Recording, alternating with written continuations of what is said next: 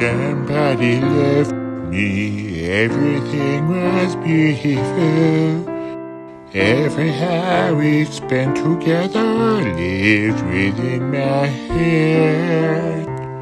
And when he was sad, I was there to dry his tears. And when he was happy, so was I. When he left me.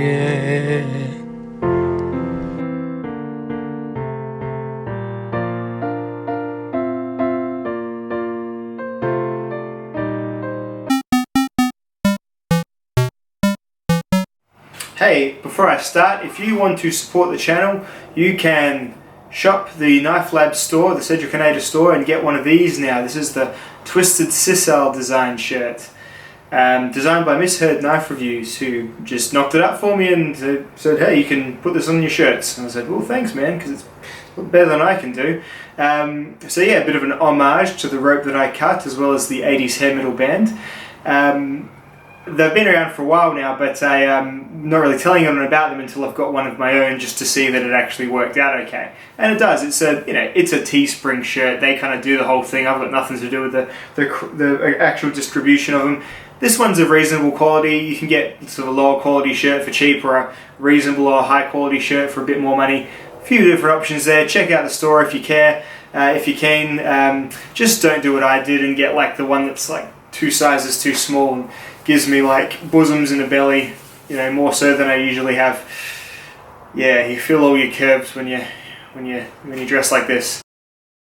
Oh, juicy. I'm excited.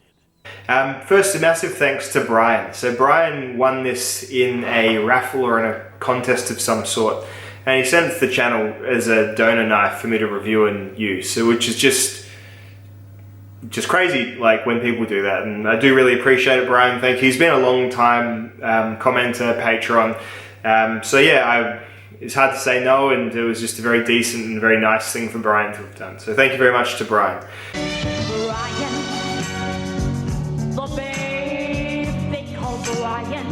So the TRM Atom, Three Rivers Manufacturing, make this knife. They seem to do limited runs using obviously a smaller shop to get as many of these out as quick as they can, but yes, there is generally wait times. The idea of this one was a larger version of their Neutron knife, which was a small EDC knife. This is, I would say, a mid to larger sized EDC knife, but you still get a great value for your money in terms of weight, price, and material. So it's a good one, folks. For a start, let's show it next to some other pocket knives so you get a bit of an idea of its size. And I'll also put the specs at the end of this little montage.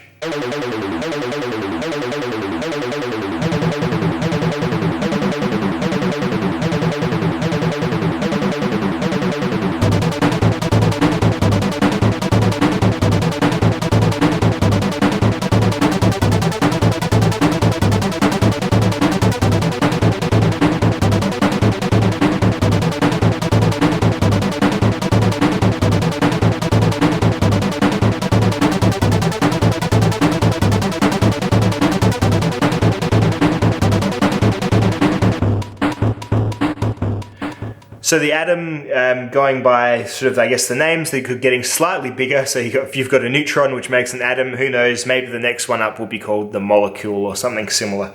But it's a knife geared towards performance, in my opinion, towards getting the lightest weight, the biggest blade they could get for the lightest weight, and the most performance out of that blade. And they've chosen some materials and they've arranged them in such a way that I think they do meet their goals.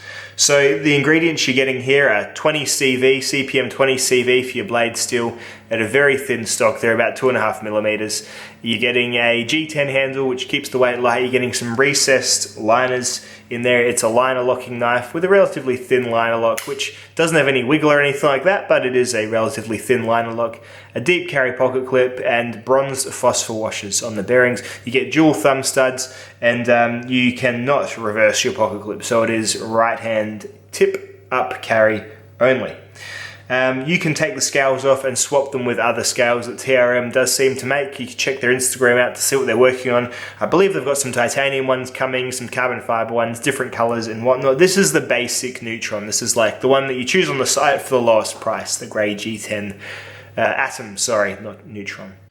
So what I think TRM were going for with this one was an everyday carry knife, really sort of getting the most out of their materials, weight, size, doing as big and bold as they could, whilst perhaps keeping under some arbitrary numbers that perhaps they were aiming for, such as a weight under 3 ounces or a blade over 3 inches or whatever. So as such, you get a very, very high value of weight to length, to materials, to blade thickness and all that sort of stuff. It's really kind of optimized. It's a real knife performance nerds piece, I would say. You're getting 20 CV for the blade steel, which is one of the best pocket knife steels you can get. It's analogous to M390, and they've ran that to 60 or 61, which for a larger scale production is pretty damn good. Like, I'm happy with that entirely. If you're after a one-off custom piece, maybe they've got the micromanagement to be able to really sort of dial up that heat treat without sort of going too hard or whatever it is. But 60 to 61 is I'm totally cool with. You get G10, grey G10 is kind of the most basic handle variant. And, they've got other ones, but this is kind of the one that you get if you choose the cheapest, most sort of the default at the website kind of thing is the grey G10 model. You're getting bronze phosphor washers, you're getting a deep carry pocket clip, you're getting a liner lock, you're getting a thumb stud, dual thumb stud opening. The only way to carry it is tip up right hand carry only, unless you're just left-handed and you carry it backwards. But accessibility is better on the thumb stud from the right hand as well. There is not such a channel cut out. So whilst I'm sure it is left hand possible, it's right hand optimized. So I guess that's something you do need to know if you're a lefty. In terms of its performance, I find it almost peerless, especially for a flat ground knife. So they have got some very thin blade stock. They've got about 2.5mm thick blade stock. Very, very nice indeed. About Delica thin, maybe even a little bit thinner. It's really, really well done. And they've saber ground it so it has a little bit of extra strength, I suppose, or maybe just a bit of a shoulder to help part material, but they still managed to get a really, really good behind the edge thickness. I don't know what it is precisely, but it's not a great deal. It's very well done. It's better than your standard Spydiechef edges, better than your cold steel edges. It's an edge that feels like almost it's been dialed in by a proper nerd, like an edge nerd, which is really, really cool and something that really appeals to me. It's still flat ground, so the one weakness it is going to have is sticky or grippy materials as it passes through them. The example I always use is sort of like semi-matured cheese. You're going to find a hollow grind is going to do better with that because it has a less surface area in contact with the surface. But apart from that, every other substance that I've cut with this, it has just been ideal. It reminded me very much of my Almar when it was brand new, my Almar Falcon. Really thin behind the edge, great flat ground blade, sort of similar levels of performance to that. Really, really well done. This was a knife that was optimized out of the box to do a Cedric and Ada rope cut test. So I did one. I did a rope cut test with this knife and with a factory edge, so one that's not mirror polished, that's just a good, I assume, belt or stone finished edge. There's no, it's not too shiny, it's just well done, a little bit toothy even maybe. It's done 500 cuts just without even me really checking the edge beforehand. I didn't hone it or strop it or anything. I think I'd actually even used it a few times before I did the edge test. So the steel and the blade is just excellently done. Like it's enough to validate getting the knife entirely. If you're just after ultimate flat grind performance, that should be it sold. It's just a bonus that everything else on the knife is either good to great. There are a couple of little snafus which I'll get to later, as I was hoping there would be, because I didn't want this just to be a complete gush piece.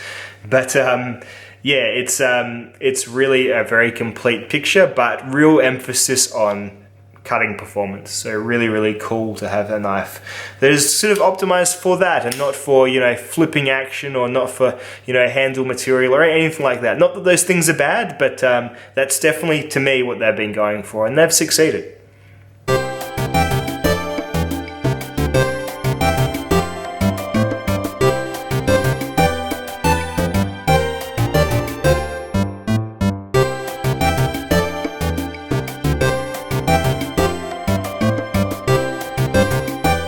So in terms of handle ergonomics, I find very little to complain about. It's a very simple shape, just ignoring this cutout here, the line is basically, you've got a slight sort of half choil here, and then from this point here, you've basically just got one long swoosh and a slight hump or heel here, just for a bit of sort of palm contact. My pinky finger sits comfortably across this wider bit here, which is good. If you hold back a little bit, yeah, your pinky sort of folds over itself, but my hand falls into a pretty comfortable position on this knife. The forward choil, something that I feel they could have done without or with. It doesn't sell the knife for me, and I think it just, rather than focusing on it as a forward, really choking up choil, I would focus on it's a really good means of providing clearance, so you can do some really good board cutting with the edge of this knife. You see when I lay this against the desk here, the whole edge immediately touches the desk. So it's got the qualities of the Spydiechef for doing proper, hold down material, draw cuts on using the whole edge, so that already excellent steel is going to last even longer. So the handle design really complements the blade's purpose and blade design. So I really like it for that reason. The grey G10 is relatively grippy. The pocket clip is relatively, it's lightly sprung, so it's not squeezing too hard, but the G10 complements it just enough, so it's about right. The pocket clip does stick off the side of the knife a fair bit, which I have no problems with because I usually wear jeans or sort of pants with a thicker pocket lip, but if you're wearing your slacks, it might be rattling around just a little bit. There's a lot of empty space there, as you can see, but again, for me, it's not been an issue, but for you, there you go, I just thought I'd mention it. The lock, action, technical, performance of the knife, it's all absolutely fine. So there's no lockup, there's no side-to-side blade play or anything like that. The bronze phosphor washers are smooth enough, so every deployment seems to be a good deployment. And the blade centering out of the box is basically bang on. So technically it's a very well put together knife as well, with one exception. So the first negative, the first time I'm going to have to neg on this knife, is that it comes with a pivot that obviously wasn't Loctited or not strong enough Loctited from the factory. And some knife guys don't like the knives Loctited at all and they want to do it themselves. Maybe that's what they're thinking of. To me, it doesn't seem like something that they would want to have happen, which is basically, as I've used the knife, it's just become just a little bit unscrewed.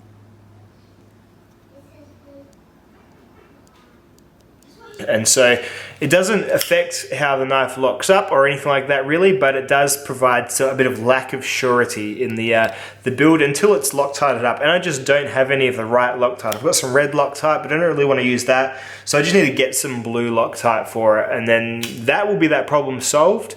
A bit like the Kaiser T1 had the same issue. It kind of undid itself periodically and it was a bit annoying.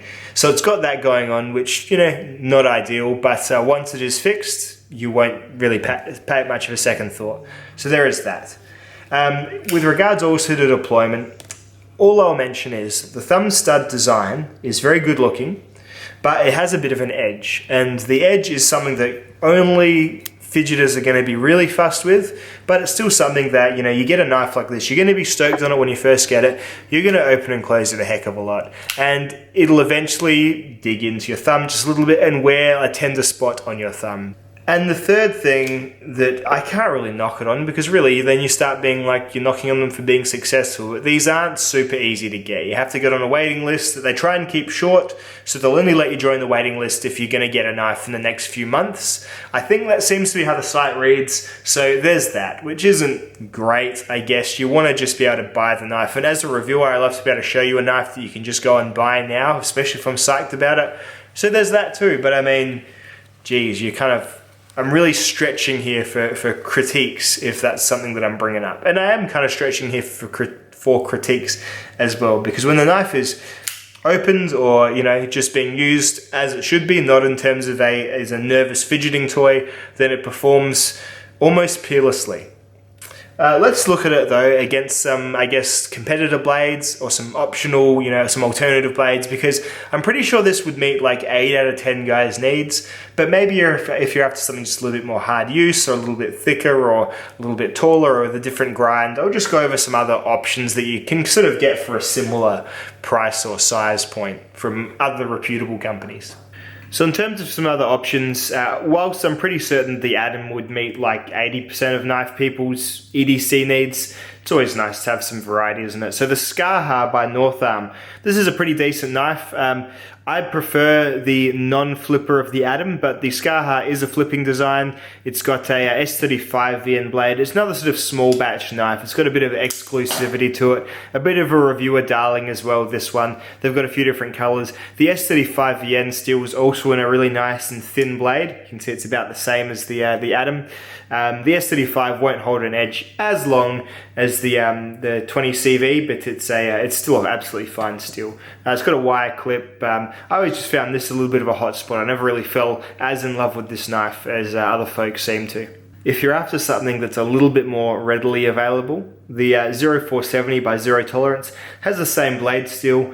It's got a nice handle. It's made of titanium with a bit of carbon fiber in there, so it's a bit more of a showy knife for sure, and a little bit more of an expensive knife as well. The blade is probably a little bit more geared towards harder use. It's on the thicker side compared to the Atom. Still not an overly thick knife, but the grind is definitely thicker behind the edge. It's a frame lock, so it's probably got a little bit more strength in it as well. So it's another good choice. A little bit more money, but a little bit more availability. And a little bit more of a flashy knife, I suppose, as well, being a zero tolerance flipper. If you're after something that's a little bit more hard use, but also still pretty pocketable, pretty usable, and also a great slice, the Cold Steel Code 4. It's an S35 VN now, but if you can get an old XHP one, all the better. This is a knife with a really well done hollow grind. You see the blade's about the same size, bit more of overall bulk, but still a very lightweight, very sort of thin knife. The blade is obviously a bit thicker at the stock, but the thin grind there really does perform excellently. So it's another great choice if you're after something that it's, again, more readily available and probably about half the price. I think these Code 4s are sold pretty competitively priced. And of course, this is my other sort of favorite knife. I love the Spydiechef a whole lot. It does very similar things to the Atom, although the Atom seems to do the slicing and the blade stuff just a little bit better even than the Spydiechef. The Spydiechef has the benefit of being entirely rust proof basically, or very strongly rust resistant. It's a more expensive knife, and it is also somewhat limited in terms of how many are available as well. They seem to do runs of Spydiechefs and then you don't see them for a while, so I can't even guarantee this will be more available to you than the Atom. And then lastly, if you're just after a classic, large, well-regarded pocket knife, or larger at least, the Paramilitary 2, as you can see, is about the same size as the Atom, maybe some slight differences. The flat ground blade on the Paramilitary 2 is much thicker than the Atom's, and it doesn't cut as well with its factory edge, especially. You can thin it out a bit like this one has been several times.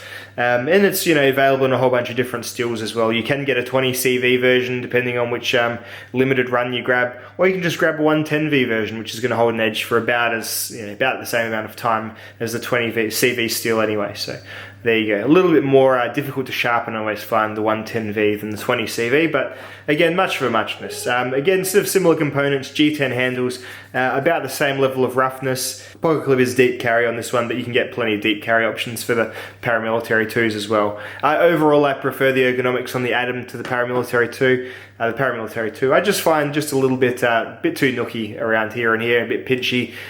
Just doesn't quite fit my hand as well as the Atom seems to. So once again, thank you very much, Brian. This was a completely surprising and really appreciated act of generosity and chucking this one my way. So thank you very much, and good on you, TRM, for making probably my favourite knife of the year so far, and possibly even my favourite knife. So good job.